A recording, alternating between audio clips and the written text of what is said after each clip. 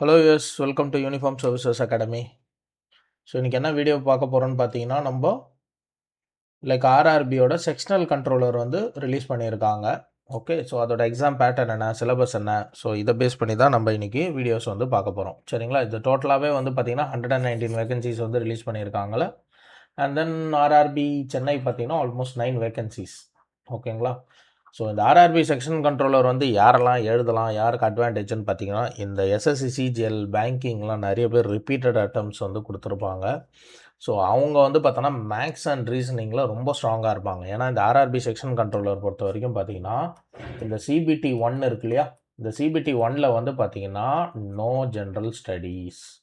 So ஜிஎஸும் கிடையாது, current அஃபேர்ஸும் கிடையாது. So only aptitude, reasoning and mental ability. So இந்த மாதிரி தான் வந்து உங்களுக்கு சிலபஸே இருக்கும் சிபிடி 1. ஆஸ் வெல் அஸ் இது எப்படி இருக்குன்றதெல்லாம் தான் இந்த வீடியோஸில் வந்து நம்ம டிஸ்கஸ் பண்ண போகிறோம். ஃபர்ஸ்ட் ஆஃப் ஆல் வந்து பார்த்தீங்கன்னா நோட்டிஃபிகேஷன் அப்ளிகேஷன், ஆன்லைன் அப்ளிகேஷன் வந்து பார்த்தீங்கன்னா 15 ஜூலை வந்து ஸ்டார்ட் பண்ணுறாங்க. லாஸ்ட் டேட் டு அப்ளை வந்து 14th ஆகஸ்ட். ஓகேங்களா, அதேமாதிரி அப்ளிகேஷன் ஃபீ வந்து பே பண்ணுறதுக்கு லாஸ்ட் டேட் வந்து பார்த்தீங்கன்னா உங்களுக்கு 16th ஆகஸ்ட். ஸோ யாரெல்லாம் எலிஜிபிள் பார்த்தீங்கன்னா எனி டிகிரி.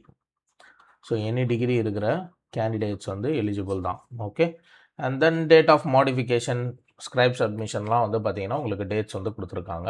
உங்களுக்கு மோஸ்ட்லி வந்து இப்போ நாளைக்கு ஓப்பன் பண்ணுறாங்கன்னா பெட்டர் நீங்கள் வந்து இனிஷியலாகவே அப்ளை பண்ண ட்ரை பண்ணிவிடுங்க. ஓகே, நீங்கள் லாஸ்ட்டாக 12th மேலே, ஆகஸ்ட் 12th மேலே பண்ணலாம் இப்படியெல்லாம் நினைக்கும் போது என்னான்னு பார்த்தீங்கன்னா சர்வர் இஷ்யூ வரும், அப்புறம் அப்ளை பண்ண முடியாமல் போயிடும். ஓகே, ஸோ நெக்ஸ்ட்டு வந்து பார்த்தீங்கன்னா ஏஜ் கேட்டகிரி, ஏஜ் லிமிட் எப்படி இருக்கும்.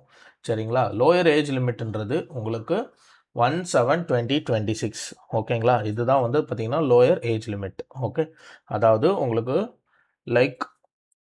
அண்ட் தென் வந்து பார்த்தீங்கன்னா அப்பர் ஏஜ் லிமிட் எவ்வளோ இருக்கலாம். ஸோ அன்ரிசர்வ்டு கேட்டகரி, அதாவது இடபிள்யூஎஸ், இவங்கெல்லாம் வந்து பார்த்தீங்கன்னா இந்த டேட்டுக்கு வந்து பிஃபோர் வந்து பார்ன் ஆகிருக்கணும். அதாவது அப்ராக்சிமேட்லி 33 இயர்ஸ்.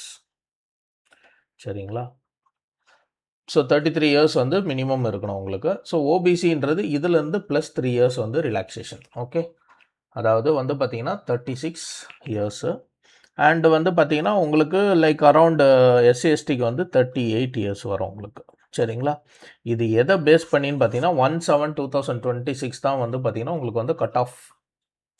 இந்த கட் ஆஃப் பீரியட் வந்து 1/7/2026 அதை பேஸ் பண்ணி தான் உங்களுக்கு வந்து இந்த ஏஜ் லிமிட் வந்து கொடுத்துருக்காங்க. ஓகே, அண்ட் தென் வந்து பார்த்தீங்கன்னா உங்களுக்கு ஸ்டேஜஸ் ஆஃப் எக்ஸாம்ஸ் வந்து எப்படி இருக்கும். ஃபர்ஸ்ட் ஆஃப் ஆல் வந்து பார்த்தீங்கன்னா சிபிடி. ஓகே, நம்ம ஜென்ரலாக அட்டன் பண்ணுற அந்த 100 MCQ பேஸ்டு கொஸ்டின்ஸ் தான். ஓகே, ஸோ செகண்ட் வந்து பார்த்தீங்கன்னா உங்களுக்கு சிபிஏடின்னு சொல்லுவாங்க. ஓகேங்களா, கம்ப்யூட்டர் பேஸ்ட் ஆப்டிடியூட் டெஸ்ட். ஆப்டிடியூட்னா மேக்ஸ், ரீசனிங் அந்த மாதிரி கிடையாது. ஸோ உங்களுக்கு வந்து பார்த்தீங்கன்னா உங்களுக்கு லாஜிக்கலாக வந்து எப்படி யோசிக்கிறீங்க, ஒரு கிரிட்டிக்கலான சுச்சுவேஷன் வரும்போது நீங்கள் எந்த மாதிரி யோசிக்கிறீங்க, அந்த மாதிரி டெஸ்ட்டு தான் வந்து பார்த்தீங்கன்னா உங்களுக்கு இந்த சிபிஏடியில் இருக்கும். இது முடிஞ்சாலே உங்களுக்கு என்னன்னு பார்த்தீங்கன்னா டாக்குமெண்ட் வெரிஃபிகேஷன், மெடிக்கல் எக்ஸாமினேஷன் இது வந்து உங்களுக்கு வந்துடும். சரிங்களா, இந்த single stage objective test CBT 1. ஓகேங்களா, ஸோ அது எப்படி இருக்கும்னு பார்த்தீங்கன்னா உங்களுக்கு டோட்டலாக எவ்வளோன்னு பார்த்தீங்கன்னா 100 கொஸ்டின்ஸ் இருக்கும், 100 மார்க்கு. ஆஸ் யூஷுவல் நம்ம ஜென்ரலாக ஆர்ஆர்பி பேட்டர்ன் மாதிரி தான்.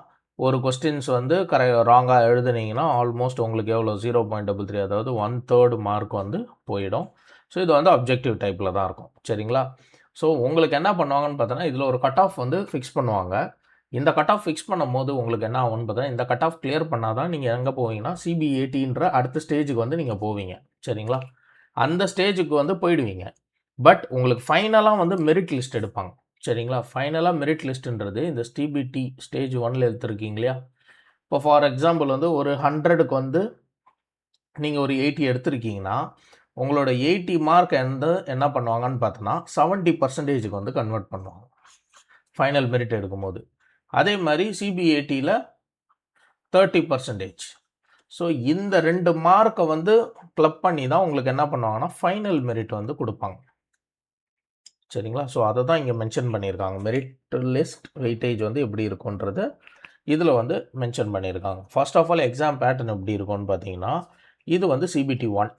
சரிங்களா, இந்த சிபிடி 1ல் உங்களுக்கு எக்ஸாம் பேட்டர்ன் எப்படி இருக்குன்னா ஜென்ரல் நம்ம ஆல்ரெடி படித்த மேக்ஸ் தான். Ratio, average, simple interest, compound interest, geometry, trigonometry.